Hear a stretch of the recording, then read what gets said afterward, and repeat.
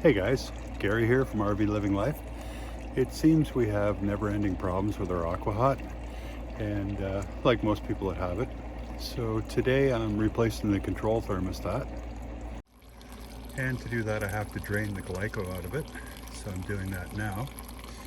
So far it took one bucket, which is full to where the metal handle comes out of the bucket there, and about half full on the second bucket here, and it seems to be draining right off. So what I'm changing is the control thermostat, and that is right back there, and it goes right into where the glyco is inside the furnace itself.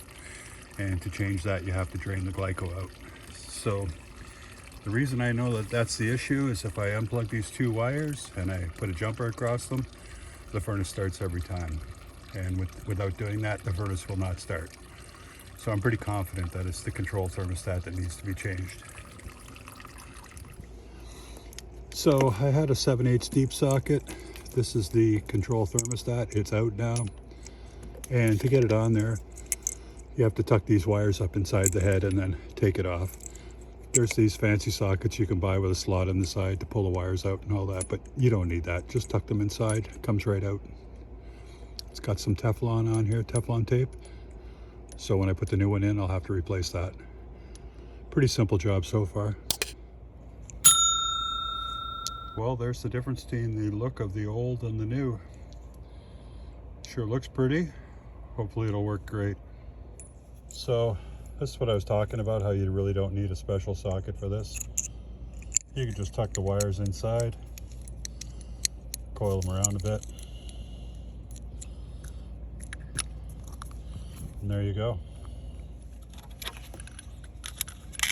Oh, and of course, I'm going to put some Teflon tape on it first.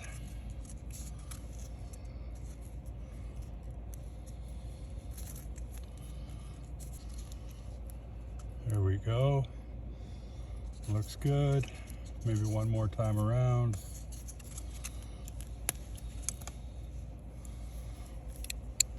So now we've got some nice Teflon tape on it there.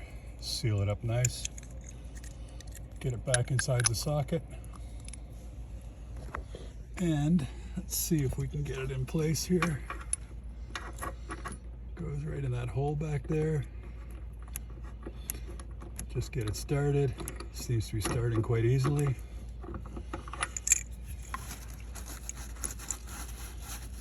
Just checking by hand to make sure it's not an issue. It seems to be tightening up because of the Teflon tape. That's good. I'll just tuck the wires back in the socket, tighten it in. Okay, seems to be in there good. Maybe I'll snug it up just a little more, but it looks like it's in there really good. So the refilling of the glyco is incredibly tedious. I'm sure there's better ways, but right now it's pouring rain out. Any dripping you see is just water dripping by. There's no water dripping into the glyco. I've got it protected by the tarp here. And what I did was I pulled the hose out, which is the drain hose that went through the floor. I pulled it out and I jerry-rigged it up here and tied it off with this funnel up onto the hinge. And pouring the glyco in there very slowly, and it's filling up the bottle. You can see the bottle is draining. The line is really low on the bottle. And at first I had the air valve on the top of the tank closed and glyco was not going in. So then I opened it and glyco is coming out of that valve. So there's a setting, you got to fine tune that setting to find the right spot where the glyco is going in and not coming out the air line, the air hole there. And so anyway, it's low now, so time to add some more. So I'm just going to pour more in there. And it's a very slow process, but we're getting it back in. So I've got my bucket on there, pouring the glyco in. It's going through the hose. You can see it's slowly going into the overflow bottle and then back into the furnace. So I'm still adding the glyco in. The end goal here is for that red light on the control panel way back there to go out when there's enough fluid in it. And now that I've replaced the control thermostat, the light right below it is the call for heat. So far so good. It looks like the control thermostat fixed that situation.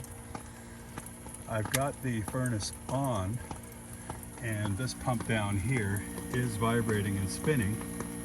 So it is pushing the glyco through it, and it's a low point in the furnace, so I'm not worried about it overheating or anything. There's definitely fluid in the pump. And of course I've got the door switch open so that it won't light, but the pump is going. Oh look, the red light just went out. Yay! So we're getting up to the right amount of fluid. Just putting the last of the fluid in. The red light is out on the panel back there. And the bottle is slowly topping up. I did buy an extra bottle of this stuff. One thing about the glyco that's in here, apparently you never have to change it. You can just keep reusing it as long as you keep it clean.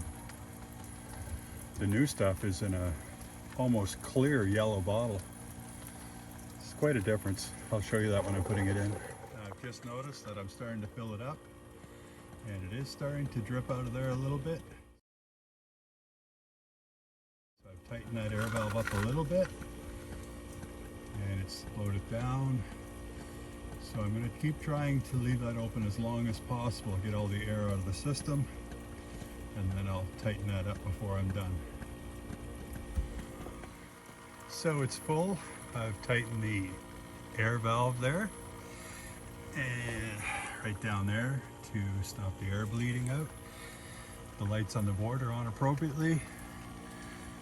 The glyco is at the same level as when I started before I drained it, so it looks like that's good. Doesn't look like I lost any at all.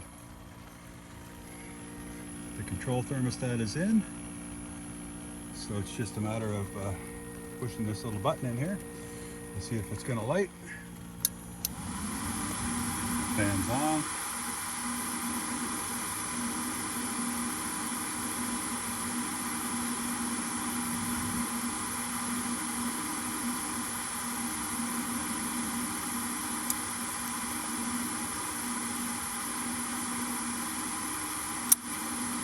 There's one click.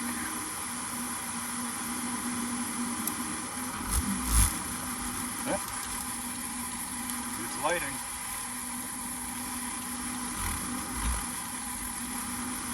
Good old noisy old Aquahot. Well, didn't still lit the first time.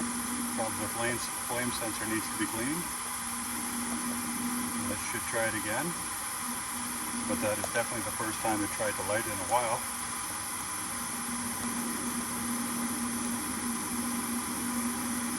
Just blowing the propane out of this chamber now.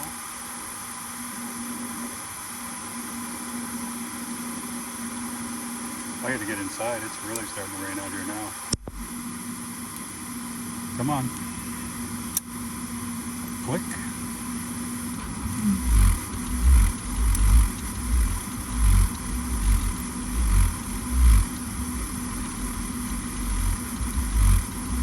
And it's lit.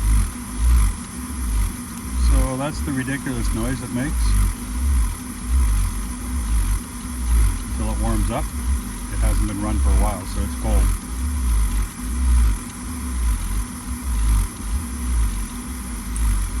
Looks like it's time to put it back together. So when I let go of this button, it'll shut off.